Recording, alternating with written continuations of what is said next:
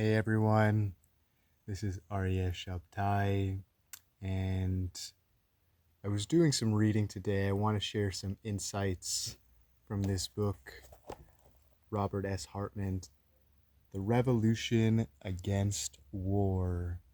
How timely this book is, although it was, let's see, when it was, Robert Hartman was alive for between 1910 and 1973. So this wisdom has been sitting here waiting to be shared for decades. And now is the time. I want to share some quotes that inspired me from the chapter, The Science of Peace. So let's start with one. This is a quote. All the disciplines of knowledge ought to be directed toward morality, that is, toward peace. They ought to be applied to definite human situations as exactly and efficiently as electric power is used in lighting a room. The method of peace requires not only abstraction and precision, but above all cooperation. The cooperation of all disciplines toward one aim, that of directing all knowledge toward the common denominator of man. The science of peace cannot be the work of one person or of one school of men, but must be the cooperative effort of many scholars and many schools of thought. I think about this in the context of what's happening right now in the Middle East. Some of you know I am an Israeli citizen, and, you know, when I see what's happening there in the land, I have friends in both. If there are sides to this war, I have friends who identify with both sides of this war. I don't see it as a two-sided thing. I see it as a failure of humanity, that it's 2023 and we're still dropping bombs. And that it's 2023 and we're still tolerating nation states that oppress people. Israel is not the only nation state that's oppressing people, although it is a nation state that is oppressing people. And really what this is about is peace. Freedom and peace are two sides of the same coin.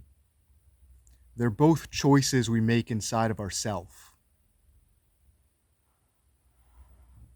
The science of peace cannot be the work of one person or of one school of men, but must be the cooperative effort of many scholars and many schools of thought. I think that's more relevant now than ever. Here's another quote.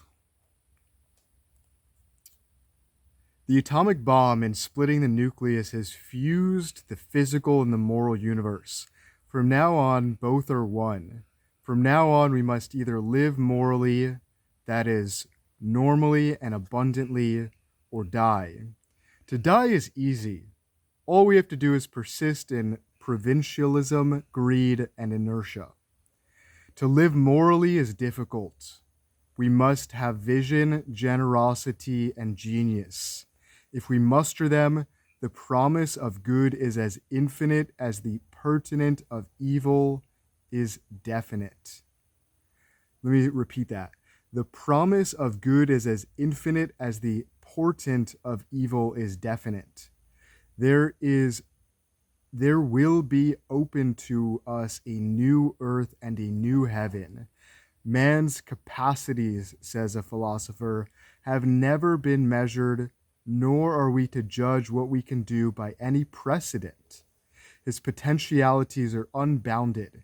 His faith can move mountains, and his thought lift the earth in its angles. He has conquered the power of the stars. He has conquered space and time on his planet and will soon conquer the space between planets. On his globe, he is virtually omnipresent. His voice can be heard, and soon his picture can be seen at one and the same time all around the globe. His mind can communicate with every other mind on Earth in a flash. His body can move around the Earth in less time than it takes to walk through a large city. Man's body and mind span the Earth. Once he has conquered his soul, he will span the universe. This was written around the time of World War II. Okay?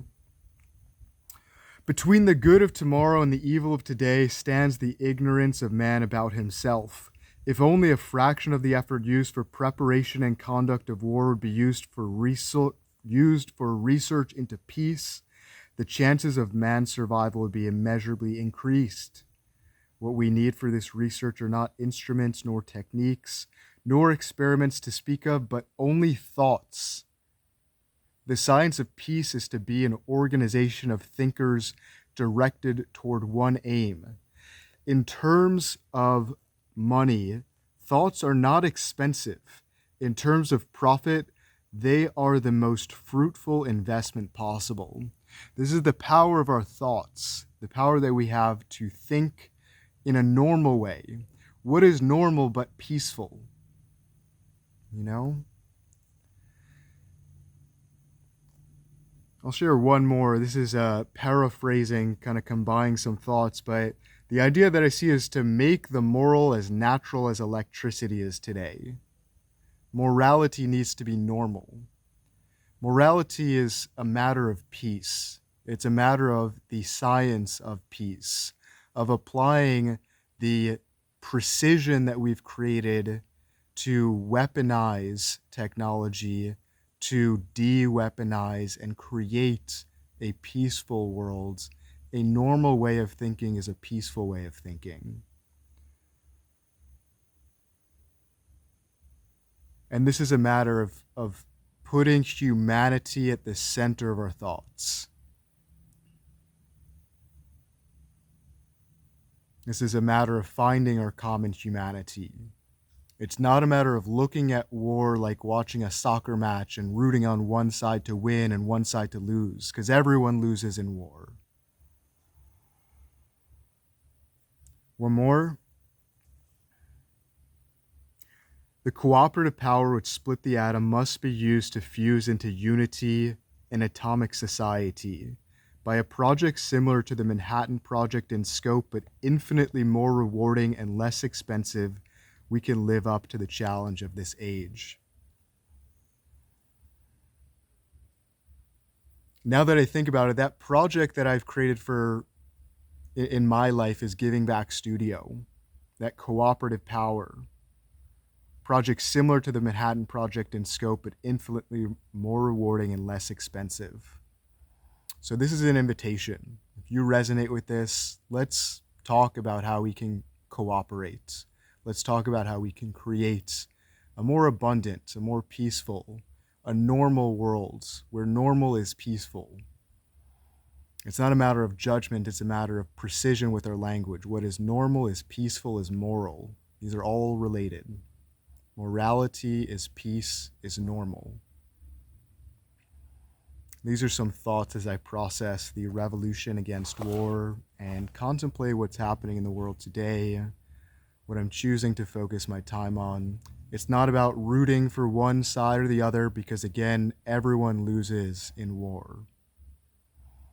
So I invite all who feel the call to put humanity at the center of our thinking, how we can apply the power of science, technology, innovation, all the power of all the world's religions, all the power beyond all the political systems, the power that humanity has, which is immeasurable, to create better systems, better ways of living, better ways of thinking, of using our whole brain.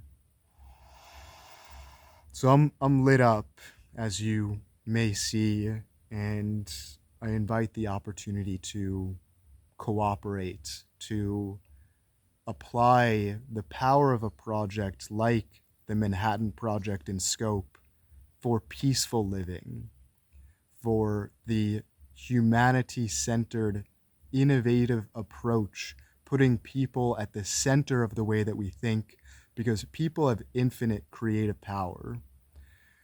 And I think the power of good prevails when we choose to allow this to happen.